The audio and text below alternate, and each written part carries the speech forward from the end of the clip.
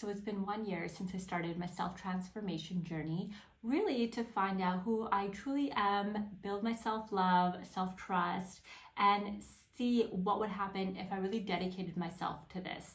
So in this video, I'm going to be sharing with you a little bit about why I started to do this, what I've done along my journey, and where I am now. In August 2021, I gave birth to my daughter. And after I gave birth to her, my mental health was not great. My hormones were all over the place. I've spoken a little bit about this on my TikTok and on my Instagram, but basically I was not in a great place mentally, and I didn't realize it till afterwards. I thought a lot of what I was thinking and feeling was okay, that it was normal. I didn't really talk to anyone about it. But it was only a year after, so in August 2022, that I realized that what I had been thinking and feeling was not okay, and that I wish I had spoken to someone about it earlier. And so at that point, there was a lot of work that needed to be done. I was also looking at my daughter and I was thinking, okay, this little being is looking at me and learning from me. That's a lot of responsibility. This child is picking up everything that you're doing, right? What you're saying, how you're acting, they're reading your patterns, your programs, and they're taking it in for themselves.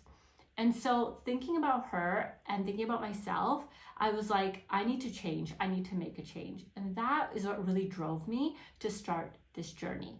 So my catalyst really to doing this work and to getting on this awakening journey was giving birth to my daughter. I was not the same person that I was before I gave birth.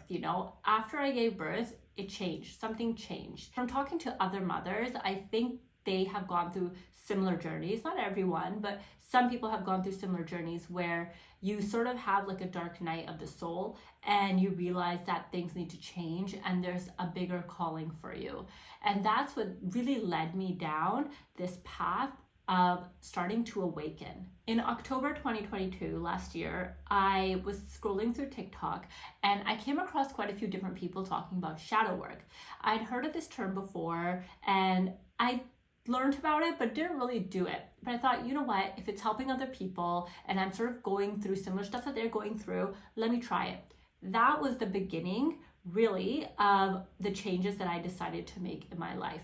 That shadow work that I did, those questions that I answered for myself, started to change the way I was thinking, started to obviously rewire my brain, and started to make me look at life a lot differently. Then in November 2022, I had been doing a little bit of gratitude journaling. I had been doing my shadow work. I had been doing just regular journaling. And I had said to the universe, okay, I want to go deeper and I don't really know what to do. So maybe there's something out there, but I don't know what it is. And I just left it open. A couple of weeks later, someone came up on my feed. She's actually someone I've been following for a while on Instagram. And she was offering frequency and pattern sessions. And I was really intrigued by it. Didn't really know what it was at the time. And I thought, you know what? This seems like it's something that might help me. I'm really drawn to it. Let me book a session with her. Booked a session with her. And that point just changed my life. Like everything from that session forward, I have been seeing helps me up-level myself. And so I did this consistently for months, like along with the shadow work and journaling. I was like, I am working on myself and I'm going to focus on this because I know if I focus on this 1 year from now, I'm going to be a completely different person. I did this consistently, day in and day out. I would be observing my thoughts. I would be looking at where I could take contrary action. I would be looking at the patterns and programs I was running. Anytime that I wanted to stop, which was a lot, I wanted to give up a lot because I was like, this is just too hard. This is just too tiring. I'm not seeing any changes. I just thought about my daughter. And I just thought, you know what? If I remove this from myself, it will automatically be removed from my daughter. Like she will not have to deal with this. And I know that if I am doing this work now, 1 year from now, it's going to be so much better. 2 years from now, it's going to be so much better. And that kept me going. That was last December, at the beginning of last December that I had that first session. Up until now, I'm still doing these sessions. It's been a year and I still do 1 to 2 sessions a month.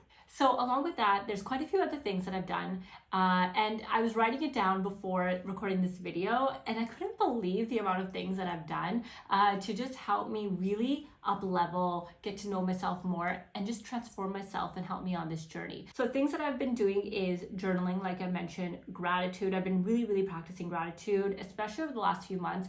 I feel like gratitude is one of those things that can feel really forced sometimes, especially if you're not used to it. But if it's something that you can just get into a habit in, even if it feels forced at first, your body will just get used to it, your mind will just get used to it, you'll start to feel more thankful. Somatic work. So with somatic body work, I haven't worked with a coach specifically, but I've been looking up YouTube videos and I've been looking on Instagram. I follow a few people who are somatic practitioners and I take tips that they give and tutorials that they give, and I've been doing that for myself, and that's been really helpful as well. Breath work. I went to a breathwork class in the summer and that was really beautiful. I'd never done breath work before. It was sort of like the Wim Hof breathwork method, but it had like sound healing and it had we had to like dance a little bit. It was really interesting, and that was in London that I did that, and that was really cool. I felt really light afterwards. Meditations. So some of you may be following me from my previous video that I did with the Joe Dispenza meditation. I would actually like to do another challenge with a different Joe Dispenza meditation. So I'm just trying to figure out what I'm going to do right now for that. I also do just meditations where I'm just sitting quietly, try to calm my mind. I've also done Vipassana meditations. Vipassana meditations is sort of where I started as well last year when I started doing this work. And these were really nice for calming your mind and getting out of your mind. So if you're new to meditation, the Vipassana meditation is a really good one to get used to just being quiet. There is a YouTube video, which I'll share the link to below. And in this one, there's someone who explains the benefits of Vipassana. I've moved on from Vipassana now though, to just sitting quietly and just being like in my body, or like in where the pineal gland is in my brain, and just sitting in these areas. And I can usually sit for about 45 minutes now, and that is such an achievement for me because I used to find it so hard to even sit for 5 minutes. The other thing is reading. So finding books by certain, spiritual teachers can be really inspiring, motivational on this journey, because in these books, they teach and they share their knowledge, and it's so relatable and it's really beautiful, and it really helps to just keep you aligned to your path. So some of the teachers I recommend are like Gabrielle Bernstein is really good, Wayne Dyer, Dr. Wayne Dyer, Abraham Hicks, of course. And if you don't have time to read, there are podcasts and there are also YouTube videos, tons of YouTube videos. You can also get audiobooks. There's also free audiobooks on YouTube if you don't want to pay for one. So the resources are everywhere. You just have to take a step to get to them. The other thing that I tried recently is Reiki. So this was really interesting because I'd heard of it for years, never really done it, was a little bit not sure about it, but I went about, my first session was about a month and a half ago, felt so light after the session. I cried during the session, and I cried on and off for about 8 hours afterwards. It was intense. And then I went again about 3 weeks ago. I went to Reiki again, and that was so relaxing. And the next day I remember I just felt so balanced. Like I was at the food shop and I was just standing in line waiting for my turn, and I just felt so balanced. I just felt like I was so connected to the universe. It was really beautiful. So that's something I would do again. So one thing I really want to mention before I go into where I am now with everything is how I keep motivated. So one thing I mentioned already is the reading, which is so important. If you can fill your library with books, or if you can find audiobooks that just talk about the spiritual path, you know, the teachers who teach it, the people who have been on the awakening journey, it can really help keep you motivated to stay on this path. Other ways to stay motivated is to speak to people who are within this community. This is something that is so important because at some point that motivation will also come from the community that you're within. Being with people who are going through the same thing as you, or maybe they're starting their journey, or maybe they're further along, can really help you gain insight and also so much friendship and love. And I feel like people who are on this journey everyone that I have met who is on this journey is different, you know, in terms of the friendships are deeper, the talks are deeper, and it's just very, very beautiful. Some other ways to stay motivated: YouTube, podcasts. When it comes to podcasts, I only really listen to one, and that's Tally's podcast. I haven't really looked for any other ones. I'm sure there are some, but I would say the biggest thing is that you need to find something that you really connect with, and there will be some things that you try out and you don't like, and there'll be other things that you try out that you love. So you need to figure out what that is for you. So where am I now? So it's been 14 months. So I started in October 2022. It's now December 2023 that I've been on this journey. And I see a huge difference within myself. Not only my thoughts, but also just the way I feel. I'm gonna give myself full credit for this, just like everyone who's on this journey should give themselves full credit for it. But I am so proud of myself for really sticking with it, being dedicated to myself, and being dedicated to this journey. The things that have changed within me are, number one, I'm way more patient. I had such a short temper before. I'm way, way more patient now. And that probably is because I'm more understanding of other people's reasons for doing what they're doing. And not in a way that I'm making excuses for them, but more in a way that I see the patterns and programs that are running that are causing them to make the decisions and choose the words and take the actions that they're taking. Also with like things that have happened in the past, for example, right? I look back at that, and regardless of who it is and how they treated me, I'm able to look at them and say, okay, like what kind of pattern and program were they running in order to treat someone the way that they treated me? I don't have to forgive people for the way they treated me, but what I can do is see why they did it, because that's how usually these programs and these patterns run. We take on our parents' programs and patterns, and they take on their parents, and it's just passed down from generation to generation. I'm also more accepting of myself and others now. So in the past, I would have been really hard on myself if I made a mistake. Now, not so much. Now I see it from a different perspective, you know? Self-love is not being hard on yourself and being mean to yourself if you make a mistake. It's about seeing, okay, this is what happened. I made a mistake. I won't do it again, or, you know, I'll learn from it and I'll move forward from it. That's self-acceptance, that's self-transformation, and that's also showing yourself self-love. I'm also taking care of my body a lot more. Exercise is still something that is on and off for me, but I'm eating a lot healthier. I'm following a lot of medical medium protocols now. So whether it's the healing broth or the more herbal recipes, I'm doing that now. I'm also taking supplements. Magnesium I started taking a month ago, and it's like changed my life. I feel so relaxed now. My body feels relaxed. And it's really good for your nervous system. It's really good for relaxing. It's great for your sleep. It's really helped me get deeper sleeps, which is something that I've always really struggled with. So if you are someone, if that sounds familiar to you, if that sounds like you, take magnesium, highly recommend it. I've also started doing detoxes. I started doing detoxes in the summer. I haven't done one for a little while just because it's cold now and I feel like I need a lot of heavy food. But in the summers, I would do fruit-only detoxes, and those were amazing. I would do them for 3 days, so not a huge amount of time, but even in those 3 days, I would feel really, really good afterwards.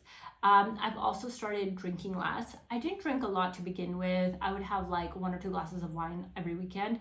Now I have maybe a glass of wine a month. And that's actually just helped me feel a lot better within myself. I've also been able to be less in my mind and more in my body.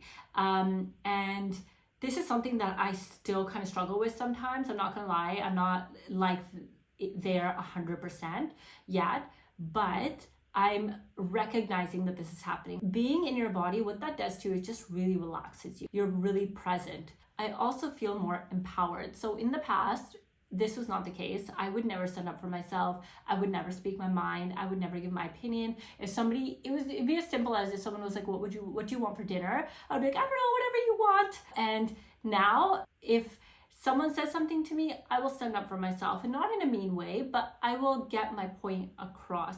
And there's still times where I get a bit anxious thinking, oh God, like I have to confront someone about something. But it's far less now. Getting to know myself and loving myself and trusting myself, I know that I will not leave and abandon myself if I need to stand up for myself, if I need to voice my opinion on something. And that is a huge change for me. And I noticed it. Like when I'm standing up for myself, in the middle of my sentence, my mind will be like, oh my God, you're standing up for yourself. And so it's a really nice feeling. And it's interesting because I actually feel stronger. Like I feel a strength in me from doing that. And lastly, I don't try to understand every single person and where they're coming from. In the past, I was so empathetic, and that's probably where a lot of my energy went as well. I would try to understand where everyone was coming from. Why is this person thinking like this? I have to understand them. And why is this person doing this? I have to understand them. And what I learned is that's a pattern and that's programming from when you're younger, because you are trying to fit in and you're trying to be loved. And so you're trying to understand why someone is treating you a certain way, why someone is acting a certain way towards you. Oh, maybe they're having a bad day. Just because they're having a bad day, that does not give them a right to take it out on you or anyone else. All you can do is understand yourself, observe yourself, be aware of your patterns and programs, control your own actions, be responsible for your own actions and the words that you say and the things that you do. Just like every other single person out there should be in control of their actions and the things that they say and do. Of course, there are times where you're speaking to someone and you may need to have more empathy and stuff, but when it comes down to how people react in situations and the decisions people make, that is completely up to them and has nothing to do with me, and it's not up to me to understand that. So over the next year, here's what I plan to focus on. By December 2024, I would like to go deeper within my meditations, longer meditations, and just go very, very deep in them. I would also like to do a few more 30-day challenges. I would also like to just continue on with my journaling. I really enjoy journaling. I also plan to connect more with my higher self, which I feel like I need to work on a bit more. And I would like to work with energy healing practitioners and learn more about that. So what I can say is that I am so happy that I started out on this journey. It hasn't been easy, and this is just a year of me doing it. I mean, I have a whole lifetime to go, but it's something that I can already see a massive change within myself and also within the people around me from the work that I've been doing, whether it's how people treat me, because remember, everyone is a mirror to you, right? Whether it's how people treat me, how people act towards me, or whether it's even seeing my daughter and how she reacts to situations and the love that's coming out of her and the kindness that's coming out of her. It's such a beautiful journey, and I'm so excited to see what's going to happen by next year and where this is going to take me. So that's it. Thank you so much for watching my video. I would really appreciate it if you could subscribe to my channel and like this video. And I would love it if you could leave a comment about what has helped you on your awakening journey, where you've struggled, and also any recommendations for me, any meditations or any other practices that I can implement that you feel would help. Thanks so much, and I'll speak to you soon.